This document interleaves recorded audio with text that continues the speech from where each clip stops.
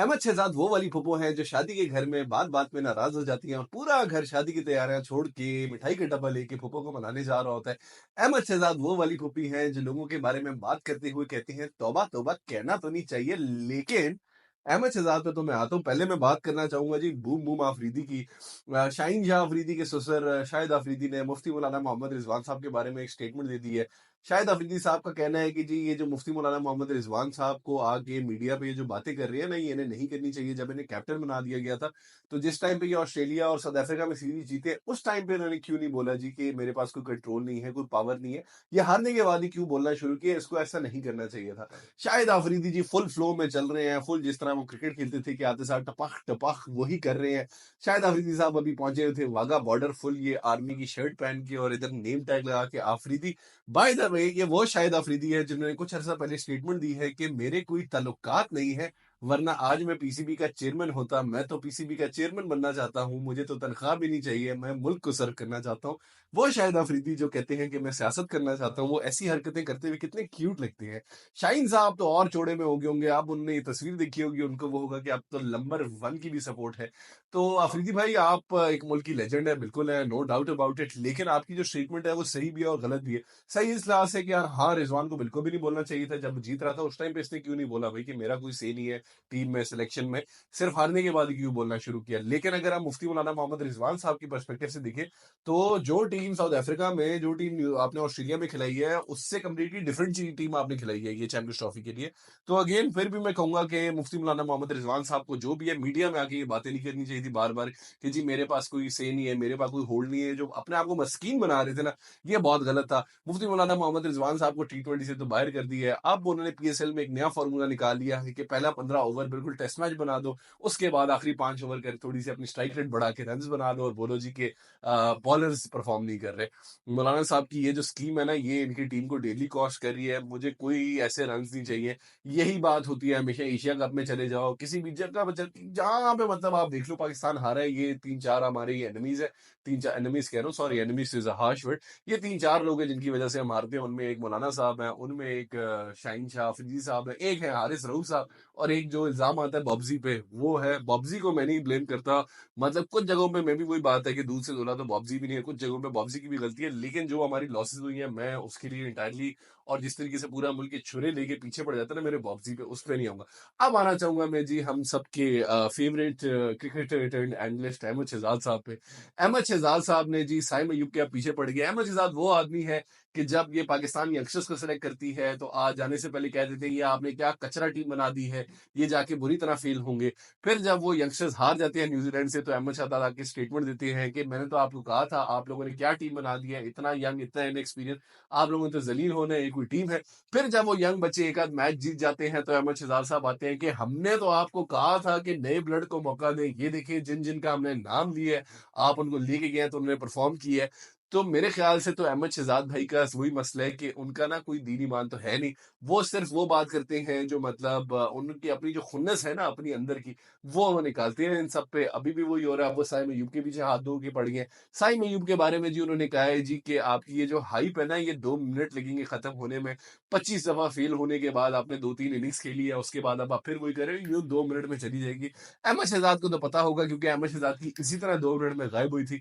मुझे याद है यार, अंडर 19 के ट्रायल्स हो रहे थे, ये चीज मैंने फर्स्ट हैंड विटनेस की है एनसीए जी, नेशनल क्रिकेट अकेडमी में। अहमद शहजाद आया जी पहली बॉल पे, मुझे बॉलर नहीं याद है, अहमद शहजाद को शॉर्ट बॉल पड़ी और अहमद शहजाद ने इतनी कोई प्यारी पुल शॉट मारी है जो ग्राउंड से बाहर गई थी।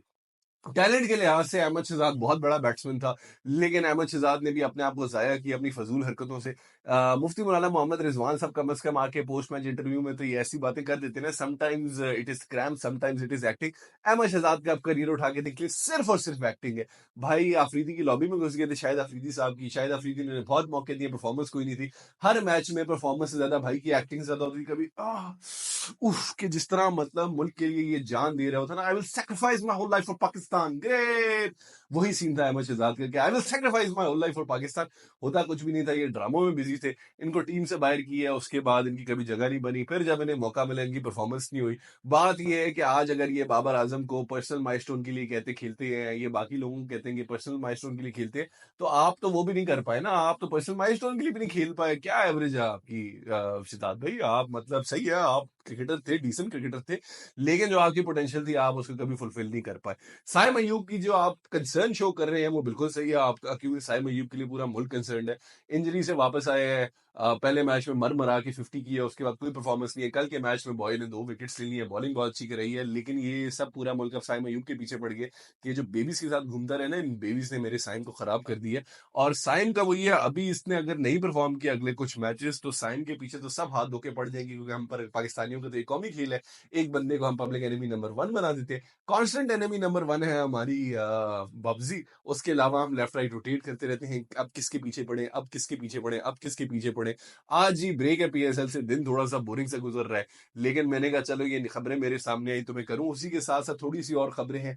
केन विलियमसन भाई को पाकिस्तान बुला के, अब केन विलियमसन भाई से जर्नलिस्ट पूछ रहे हैं कि आपको कौन से पाकिस्तानी बॉलर्स ने तंग किया है। वही बात है, एक बंदा आपकी कंट्री में गेस्ट है यार, पहली दफा पीएसएल खेले हैं, तो विलियमसन एक अच्छा आदमी है, गुड गाय केन।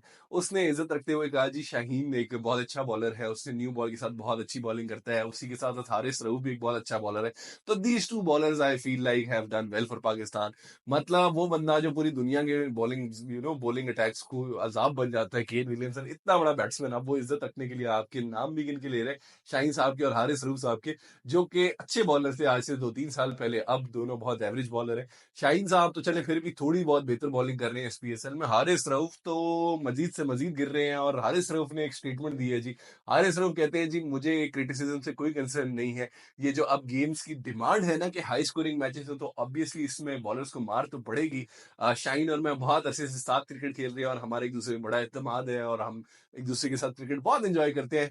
हमारी जो तैयारी है वो एशिया कप के लिए और अगले T20 वर्ल्ड कप के लिए, मतलब कॉन्फिडेंस हो तो ऐसा। हारिस रऊफ भाई, किस बेसिस पे आपको लगता है कि आप एशिया कप में या अगले T20 वर्ल्ड कप में खेलेंगे? 3 ओवर में 54 रन खाए आपने मुल्तान के खिलाफ, पहले मैच में विकेट लिए बगैर। दूसरे मैच में आपने 4 ओवर में कोई 46 या 48 रन खाए हैं। इतनी ग्रीन पिच पे, इतनी ग्रीन पिच पे, जहां पे राणा फहीम अशरफ 5 विकेट ले गया है, जहां पे राणा फहीम अशरफ का बॉल यूं निकल रहा है, वहां पे हमारे ये एक्सप्रेस पाउडर पेस की पेस ही नहीं निकल रही। और कॉन्फिडेंस देखिए दो भाई का कि हमारी जी अब गोल है एशिया कप और T20 वर्ल्ड कप 2026। तो कॉन्फिडेंस के नंबर भाई के पूरे हैं। बॉयज को और कुछ मिला नहीं है, ये सब इंतजार करते जंग हो जाए, जंग की मीम्स शुरू होगी, जंग तो हो ही नहीं है, बॉयज आपस में लड़ना शुरू हो गया। मतलब खुदा का वास्ते यार, एक दूसरे के अंदर से निकल आए, अपने ये पॉलिटिकल एजेंडा से बाहर निकल आए, मुल्क के लिए यूनाइट हो जाए। क्या पता आप लोग क्रिकेट को बचा ले, क्या पता हमारा मुल्क बेहतर हो जाए। तो खैर ये है यार आज की वीडियो। जाते जाते मैं एक आखिरी बात करूंगा कि मैं एक नया यूट्यूबर हूँ। अगर आपको मेरा कंटेंट अच्छा लग रहा है तो प्लीज मेरे चैनल को सब्सक्राइब करें, मेरी वीडियोस पे कमेंट करें, उन्हें लाइक करें, और मिलते हैं कल के मैच के बाद। बाय।